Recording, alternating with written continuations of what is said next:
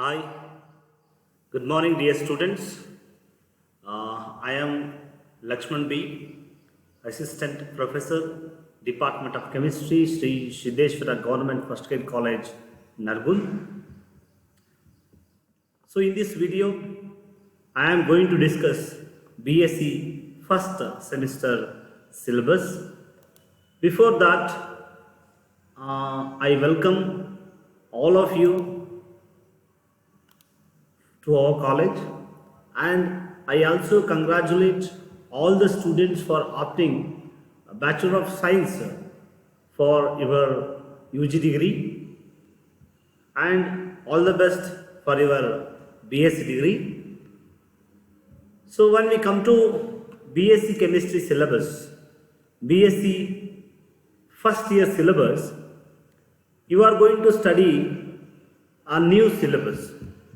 The syllabus is changed and you are going to study a new method, the new syllabus, that is CBCS syllabus, that is choice based credit system.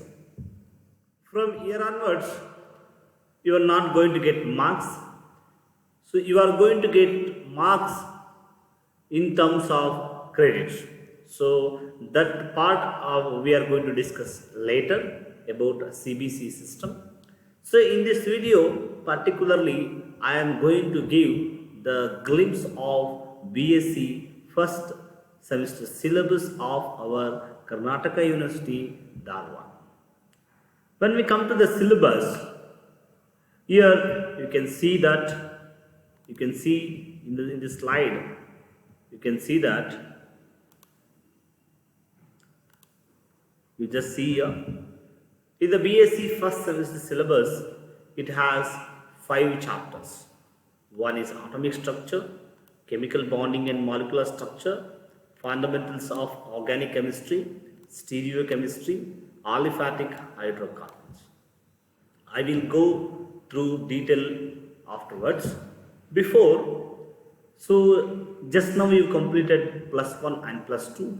Now you are entering to UG level.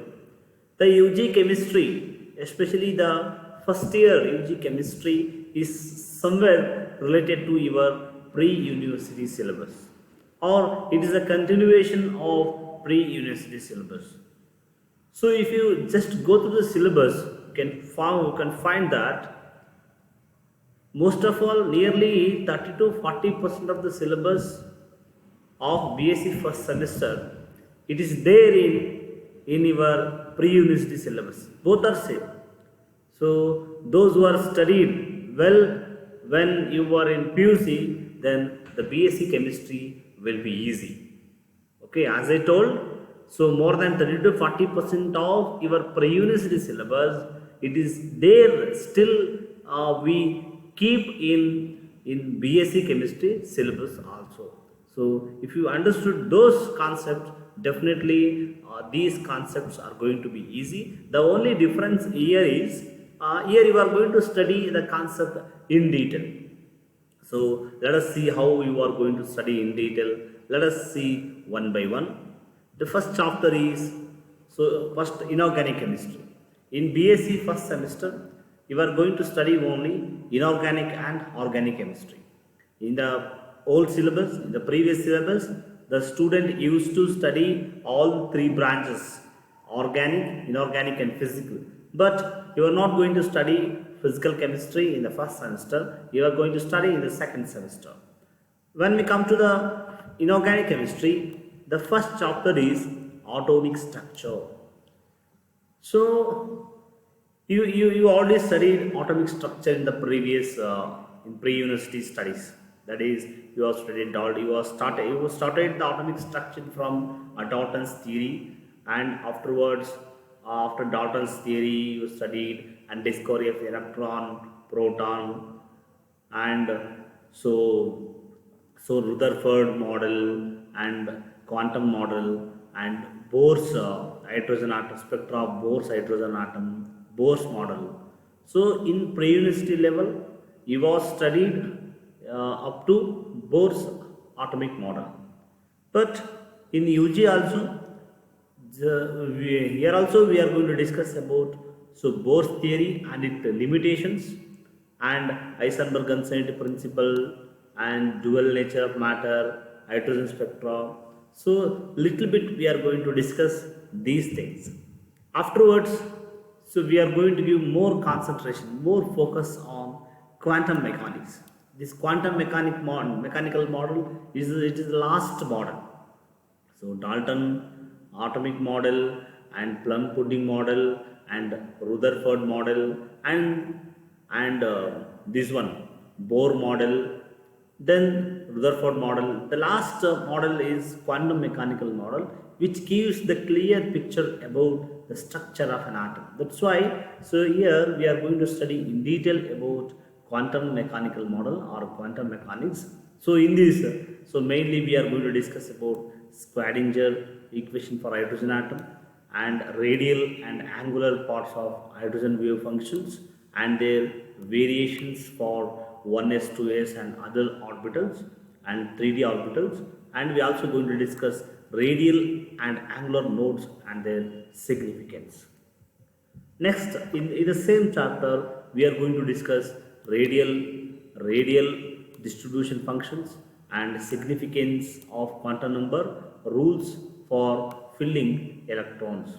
So in this chapter, the new concepts are quantum mechanical model and radial distribution functions. Other than that, so you already studied the quantum number when you were in pre-university and various rules used to fill electrons in various available atomic orbitals. Quantum number, usually you know the four quantum numbers, so and their applications, and you know that, how to determine the set of quantum number for a given orbital. So you have all calculated when you are in PUC. So here also we are going to discuss so quantum number in detail and rules for filling electrons. You know the rules. Along with the rules, we are also going to discuss stability concept. So in this chapter. Next chapter is chemical bonding and molecular structure. You are not new to this chemical bonding and molecular structure. You already studied little bit about chemical bonding and molecular structure in first PUC. Here we are going to discuss about two kinds of bond. One is ionic bond and covalent bond. In ionic bond, we are going to discuss general characteristics and characteristics of ionic bonding, energy considerations, lattice energy, solvation energy, and their importance in the context of stability and solubility of ionic compounds. And we are also going to discuss the Born-Landau equations, and it is used to calculate lattice energy, and Born-Haber cycle and its application, polarizing power, polarizability, Fagen's rule, ionic character in covalent compound, so bond moment, dipole moment, percentage of ionic character. So these are the concepts we are going to discuss in ionic bonding. Next, covalent bonding. So in this, we are going to understand covalent bonding with the help of valence bond theory and VSEPR theory. You are not new to these theories, and concept of resonance, resonating structure in various inorganic and organic components.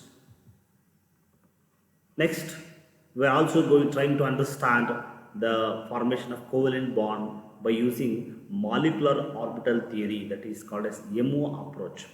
This gives a clear idea about formation of covalent bonding. Here also we are going to discuss some of the rules which is involved in linear combination of atomic orbital method, bonding and anti-bonding molecular orbital and their characteristics, and we are going to apply this theory for homonuclear diatomic molecule and heteronuclear diatomic molecule. So using that, we are going to study some of the properties like magnetic property using this molecular orbital theory. The next chapter is fundamentals of organic chemistry. So in this chapter, so mainly we are going to discuss three important effect concept: physical effects, cleavage of bond, reactive intermediate, and strength of organic acids and bases. These are most important and fundamental concepts. Dear students, my suggestion to all of you is before come to the class, so please go through the syllabus and go through in detail because these concepts are there in pre-university level. Because organic chemistry is full of reaction and mechanism. In order to understand the reaction mechanism, the basic thing is these concept. So you know how bond breaking, how bond formation takes place, and various physical effects involved during reactions and reactive intermediates and strength of acid and bases. So you have to come to the class with preparations.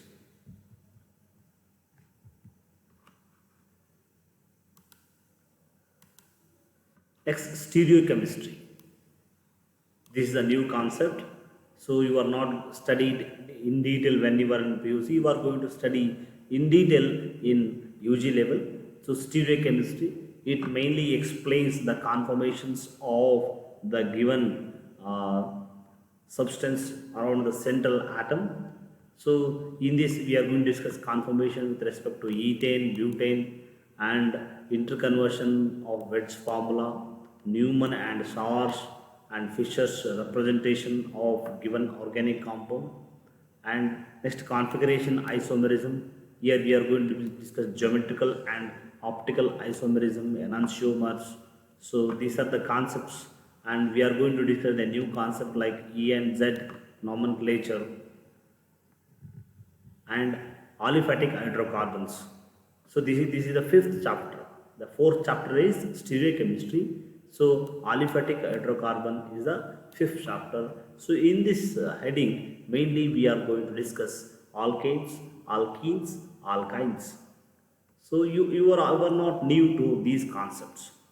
So here functional group approach for the following reactions we are to be studied contest their structure. Alkanes. Here we are going to discuss some of the preparation and some of the chemical reactions of alkane, and alkenes. So preparation, some of the preparation by elimination reactions, dehydration of alkenes and dehydrohalogenation of alkyl halide, siege of rules, Marconi-Karp's rule, Birch reduction, and alkynes. So here also we are going to discuss some of the preparation and reactions of alkynes. So just go through the syllabus. I will send the soft copy of the syllabus to the WhatsApp group. My suggestion to all of you is, so now you have got first semester syllabus. To any chemistry student, in order to understand chemistry concepts, basics are essential. Basic concepts are needed. For example, in organic chemistry, we are going to start from stereochemistry and some of the aliphatic hydrocarbons. Here, we are not going to discuss some of the basics like what is organic chemistry, organic compound, and especially nomenclature. Nomenclature is essential to understand all these things. So before come to the class, just by looking the syllabus, you must able to extract the basic thing required to understand these alkenes, alkynes and alkanes. For example, tomorrow I am going to discuss alkenes. So today you must go to the syllabus. So you must do some homework. What is alkene? What is the general formula of alkene? And what are the examples of alkene? And what is the nomenclature of alkene? And what is some of the properties of alkene? Because you have the content, you have our reference books. So that's why you go through that and come to the class with preparation, or I will upload some video lecture in YouTube and I will send the link. Before going to listen the classes, you do some homework. Then only you can easily understand chemistry. So these are the reference books and these are the practical experiments which are there in your syllabus. Thank you. Study well.